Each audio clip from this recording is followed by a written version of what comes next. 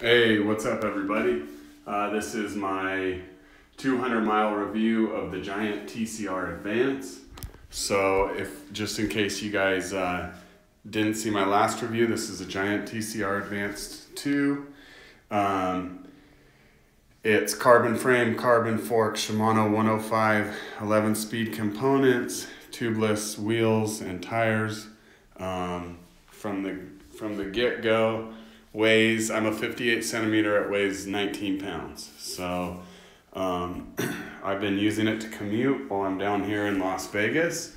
And I've got about 200 miles on it now. So I figured I'd do another review, 200 miles into it.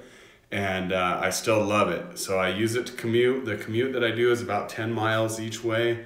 It's 700 feet of elevation loss in the morning and 700 feet of elevation gain in the afternoon. So the gearing on this is 50-34 with an 11-32, which is like gearing just for hills. Now let me say that in the mornings when I commute with this thing, it's all downhill and I average about 23 miles an hour, and that's you know, my phone will sometimes pause. I'm just recording with Strava on my phone, so it'll sometimes pause, sometimes won't. So I'm actually probably a little bit faster than that when you don't count the time stopped at stoplights. So with that being said, this setup here, going about 23 to 26 miles an hour, I'm still not even up top I'm at a 50, and then in the back I'm still only at like a 12 or whatever the second gear up is.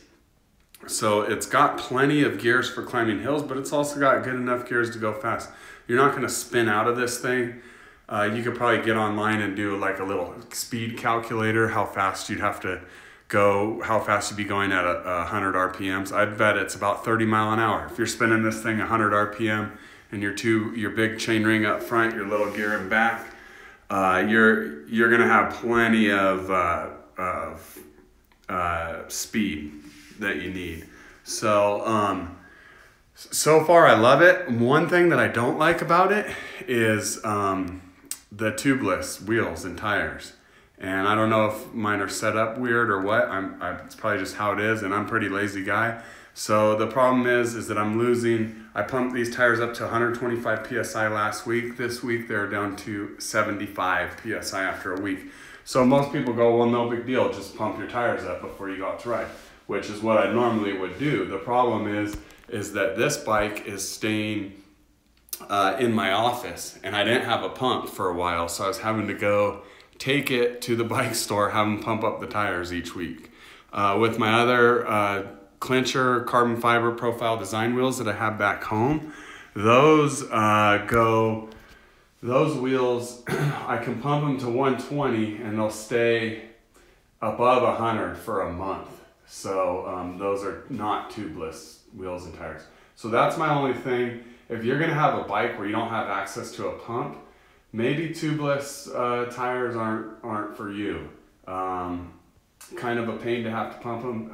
But really, overall, this is an awesome bike. Not really complaining. That was just the only thing I could find about it that I'm not in love with. And it's not a big deal at all. Everything else about this bike I love. It weighs, I think I already said this, it weighs 19 pounds. The frame is stiff.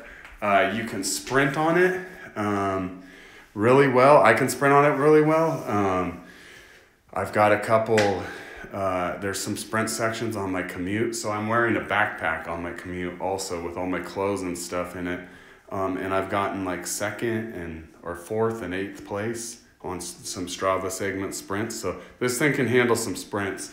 Internal cabling. It's an awesome bike, and what I'm gonna do is I'm gonna do a 500-mile review on it for you guys, and then I'm gonna just try and start reviewing more stuff. It seems like that gets the most views for the channel, and as you guys know, the whole point of this channel is to generate money for cycling and cycling charity, so charities that benefit us cyclists. And so I'm gonna make whatever videos get the most views, and my first review of this has gotten the most views. So I'm gonna try and start reviewing more cycling products. That can get expensive quickly, but you know, just what I buy. So next up, I guess I should tell you guys about this. Signed up, I'm gonna do a triathlon, a really small sprint triathlon in April. So the next thing that I'm going to review, I bought a Garmin 735 XT. It's a GPS watch for swimming and running and cycling. So I'll do a little review of that, and I'll just keep you guys posted. I used to run a lot. I quit running because it was kind of hurting my back. And then, yeah, I started...